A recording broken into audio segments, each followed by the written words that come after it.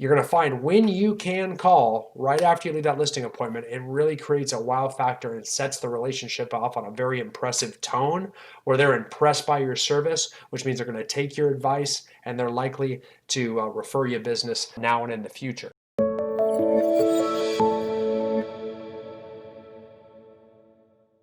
Hi, this is Brian Icenhower, and I'm here to talk to you a little bit about the real estate listing manager's introduction call script or checklist.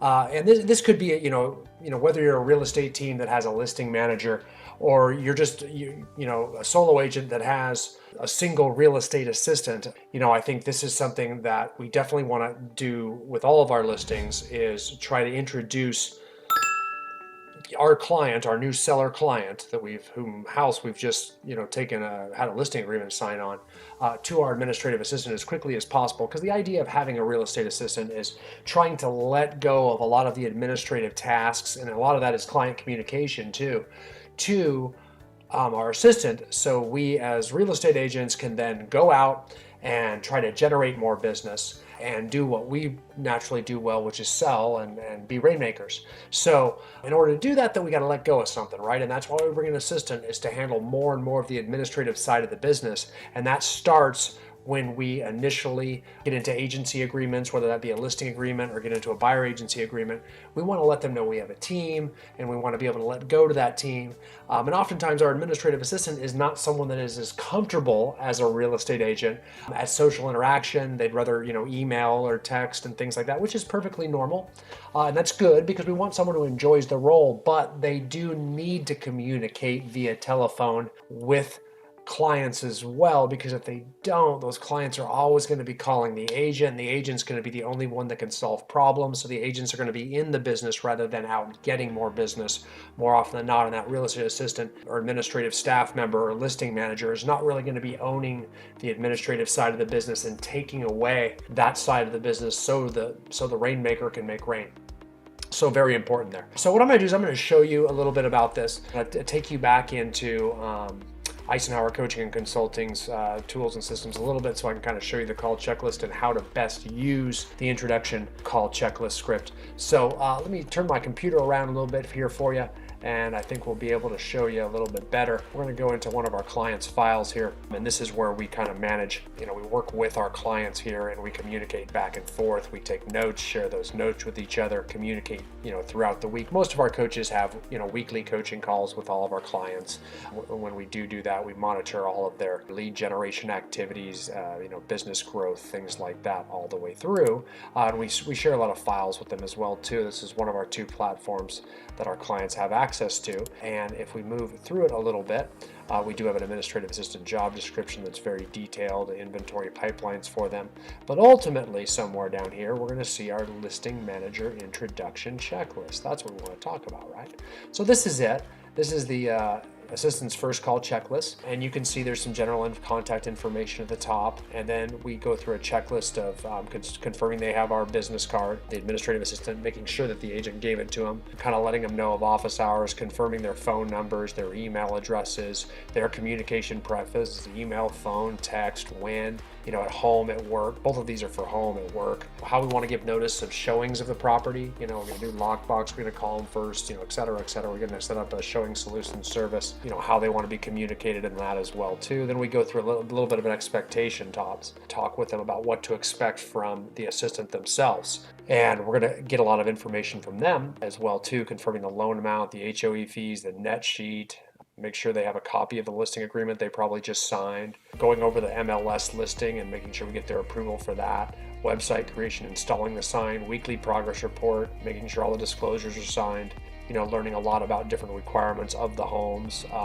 going through any preferred vendors that we might want to use, they might want to use, get those kind of decided, depending on in your area, which type of inspections are customary in this area. And these are all editable documents. We have roof inspections, termite pest control, and septic inspections are relatively common, but you might have radon inspections, you might have earthquake inspections, you might have flood certifications, things like that, just depending on your geography and where you live as well too. And then we're asking for referrals, ensuring this is a positive experience to really start setting the expectation that we're going to get a 5-star online review of some sort from them as well too.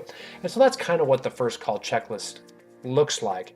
Now I kind of want to show you when we use it, and that's kind of interesting as well too. In here you'll see the listing and closing checklists, and I'm going to pull those up really quick for you. And you can see in our listing and closing checklist down at the bottom we have the pre-listing checklist, the listing to contract checklist, then the seller closing checklist, and the buyer closing checklist. So these are all different checklists. Like for example, the seller closing checklist, we start at the top, the seller closing checklist, every single little detailed task that you could do from contract to close on the seller side of a transaction, down to 5 days before closing, to the day of closing gets really busy. After closing, a lot of marketing activities in here. Then we list the key contract dates and deadlines, and any inspection information as to when those inspections are getting done, who's doing them, that kind of thing. And if we go over here down to listing to contract checklist, you can see there's, we're going to be sending a lot of updates all the way through, a lot of communicating from the listing manager to the seller here. And you're going to see this is all done by the administrative assistant, and this is very, very detailed, which is the way we like them. Ensures things, everything gets done, especially when you have lots of listing going live. It really makes sure we don't forget anything.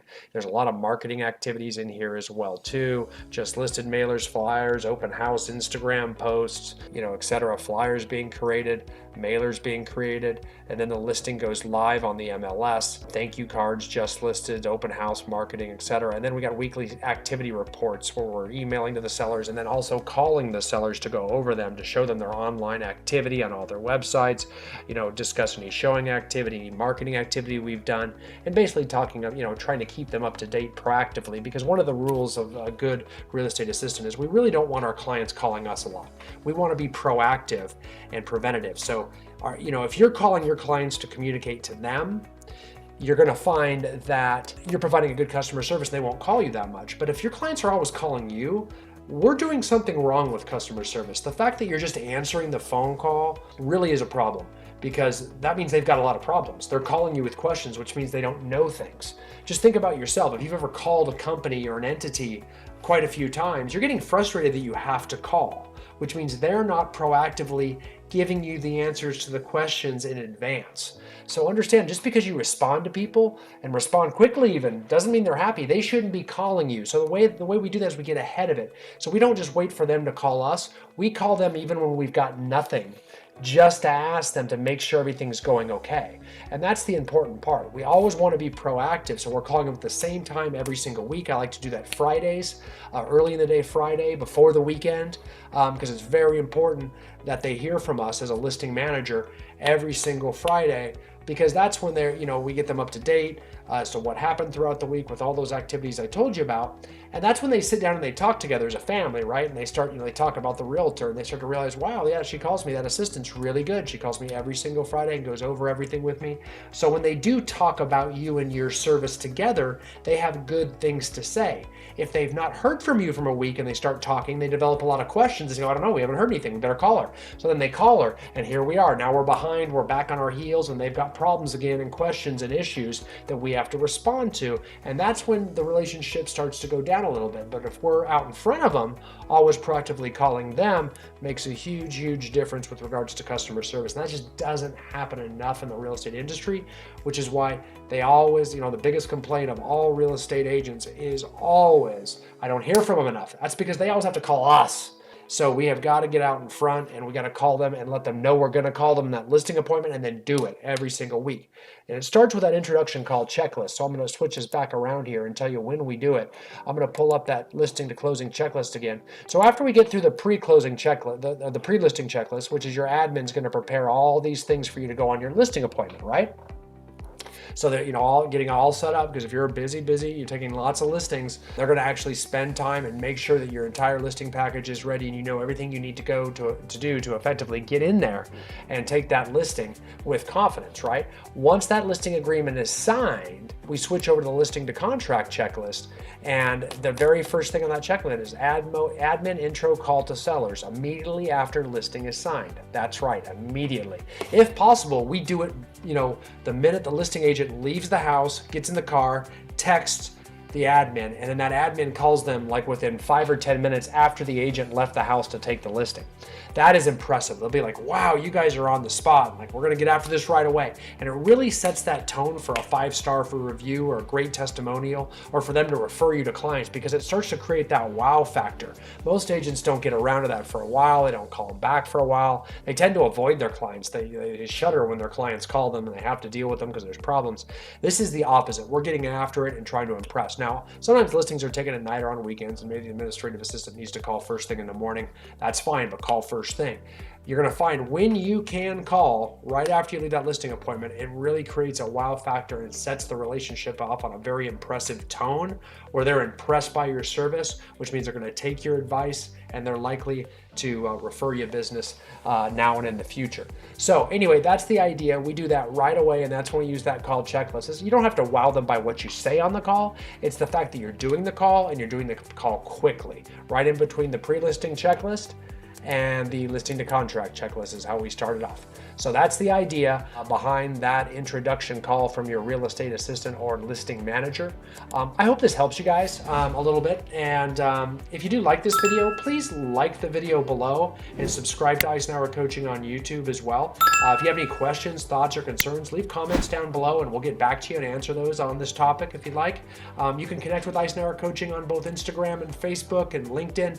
You can also go to therealestatetrainer.com, therealestatetrainer.com, and you can subscribe to our newsletter there, and you'll get lots of free tools and content and scripts and best practices for you to use in your real estate business. So for now though, like the video, subscribe to us, and we'll see you next time. Thanks again.